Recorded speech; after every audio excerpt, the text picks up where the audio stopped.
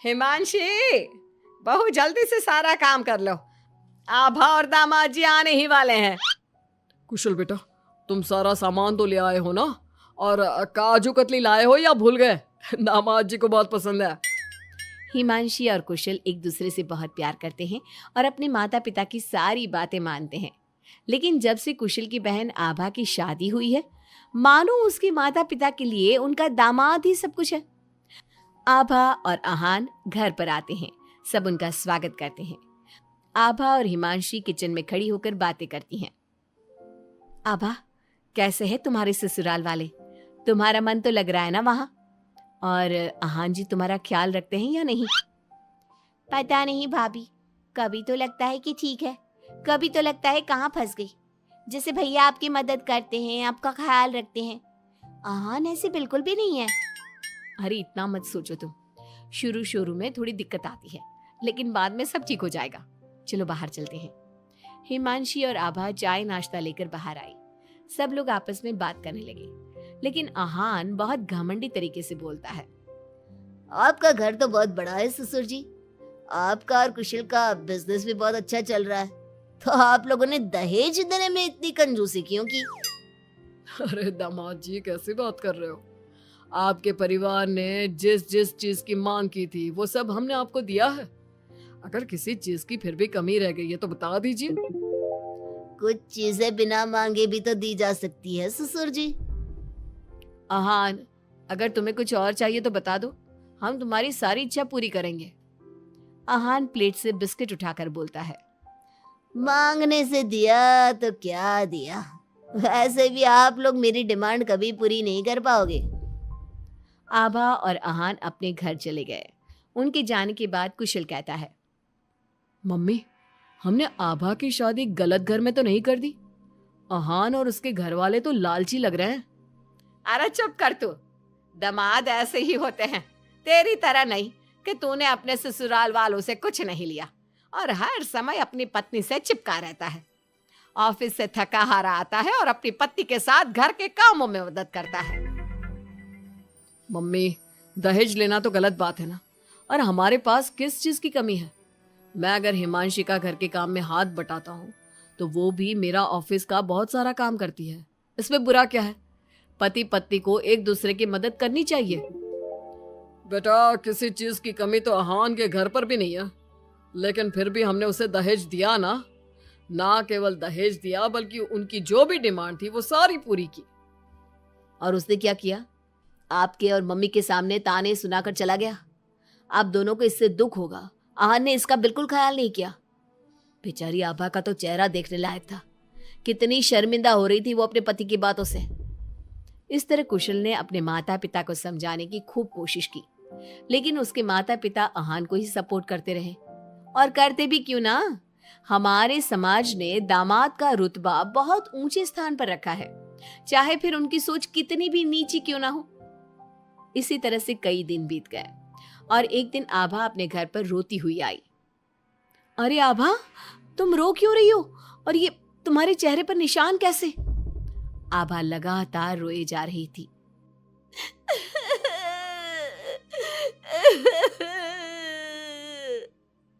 अरे बता मेरी बच्ची, क्या हुआ है तुझे? मत रो इस तरह, मेरा तो दिल बैठा जा रहा है। क्या हुआ है बेटा? हिमांशी और दुर्गा के बार बार पूछने पर आभा ने बताया। मम्मी, मुझे आहान ने बहुत मारा है। क्या? दामाद जी ने तुझ पर हाथ उठाया? लेकिन क्यों? वो रोज शराब पी कर आते हैं और मुझे मारते हैं, लेकिन आज तो उन्होंने हद ही कर दी। क्या आहान जी शराब पीते हैं? ये बात तो उनके घर वालों ने बताई नहीं थी। अरे कौन अपने बच्चों की कमियां बताता है? आने दे तेरे पापा को, वही बात करेंगे आहान और उसके घर वालों से। शाम को जब गिरिराज और कुशल घर पर आए तो उन्हें आभा का चेहरा देखकर बहुत गुस्सा आया, लेकिन वो करते भी क्या, आखिर आहान घर का दामाद है। पर आभा के चेहरे पर चोट के निशान देखकर कुशल से चुप नहीं रहा गया। कुशल ने फोन करके आहान से बात की।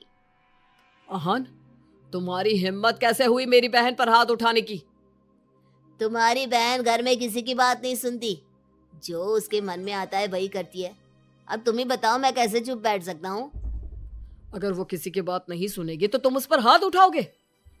मैं तुम्हारी तरह नहीं कि अपनी पत्नी के पीछे पीछे घूमता रहूं। अगर तुम्हारी बहन जरा भी टेढ़ी चली ना तो मैं उसे इसी तरह से मारूंगा। ये बोलकर आहान ने फोन काट दिया।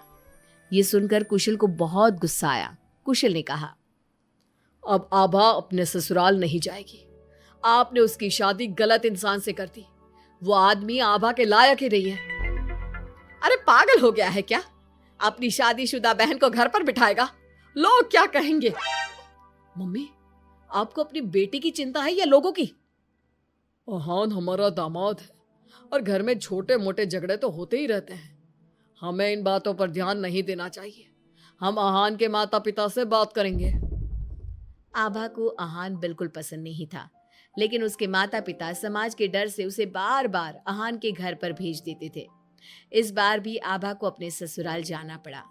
एक दिन हिमांशी की तबीयत खराब हो गई तो उसने घर का काम नहीं किया। तबीयत खराब होने का बहाना बनाकर सुबह से लेटी है। तुझे इस घर में जितना आराम मिला है ना, दुनिया में किसी बहू को कहीं इतना आराम नहीं मिला होगा। तेरा तो पति भी तेरे साथ काम कराता है। देख मेरी आभा को, बेचारी कितना पिटती है अपने पति से और सारे घर का काम खुद ही करती है।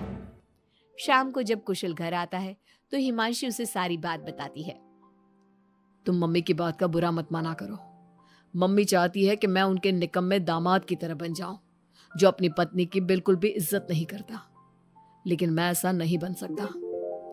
कुशल ने हिमांशी का बहुत ख्याल रखा और वो जल्दी ही ठीक हो गई। वहीं आहान आभा के साथ बहुत बुरा बर्ताव करता था। आभा के माता पिता ना तो आभा की बात सुनते और ना ही कुशल की। एक दिन आहान किसी काम के सिलसिले में शहर से बाहर गया हुआ था। वो जिस होटल में रुका था वहां उसे आहान दिखा। अरे ये तो आहान लग रहा है, मगर इसके साथ ये लड़की कौन है? कुशल ने वहां कुछ लोगों से पूछताछ की तो उन्होंने बताया, ये तो अक्सर इस होटल में अलग अलग लड़कियों के साथ आते हैं। लेकिन आप ये सब क्यों पूछ रहे हो? कुशल बिना कुछ बोले वहां से चला जाता है और घर आकर सभी को ये बात बताता है। लेकिन उसके माता पिता को तो इस बात से भी कोई फर्क नहीं पड़ा। अरे बेटा, इस बात को यहीं खत्म कर दो। हम आहान से क्या कह सकते हैं? आखिर वो हमारे घर का दामाद है। बेटा देख, ये बात ना आभा को मत बताना, नहीं तो उसे बहुत बुरा लगेगा। आप दोनों किस मिट्टी के बने हैं? दामाद दामाद कहकर आपने उसे सर पर चढ़ा दिया। मैं आपकी बहू के साथ अच्छा बर्ताव करता हूं तो आप मुझे झोरू का गुलाम कहते हैं। और आहान आपकी बेटी को जानवर की तरह पीटता है, आप तब भी उससे बात करने की हिम्मत नहीं करते। आप लोग बेटे और दामाद में इतना फर्क क्यों करते हो? बेटा, दामाद को तो सर का ताज समझा जाता है। हमेशा से ऐसा ही चलता आया है। अरे हमारे समाज ने ऐसे ही नियम बनाए हैं। चाहे वो आपकी बेटी के साथ कैसा भी बर्ताव करे, उसे जानवरों की तरह मारे पीटे। मम्मी, ये पुराने जमाने की बातें हैं। आजकल कोई पढ़ी लिखी लड़की इतना नहीं पीट रही जितनी हमारी आभा पीट रही है, वो भी सिर्फ आप दोनों की वजह से। मैं आज ही उसके ससुराल जाकर उसे सारी बात बता दूंगा और आखिरी फैसला उसका होगा। कुशल और हिमांशी आभा के पास जाकर उसे आहान की सारी सच्चाई बता देते हैं। आभा अपने भाई के साथ आ जाती है।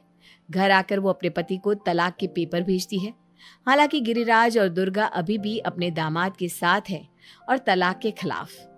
उनको अभी भी समाज की चिंता है, बेटी की नहीं।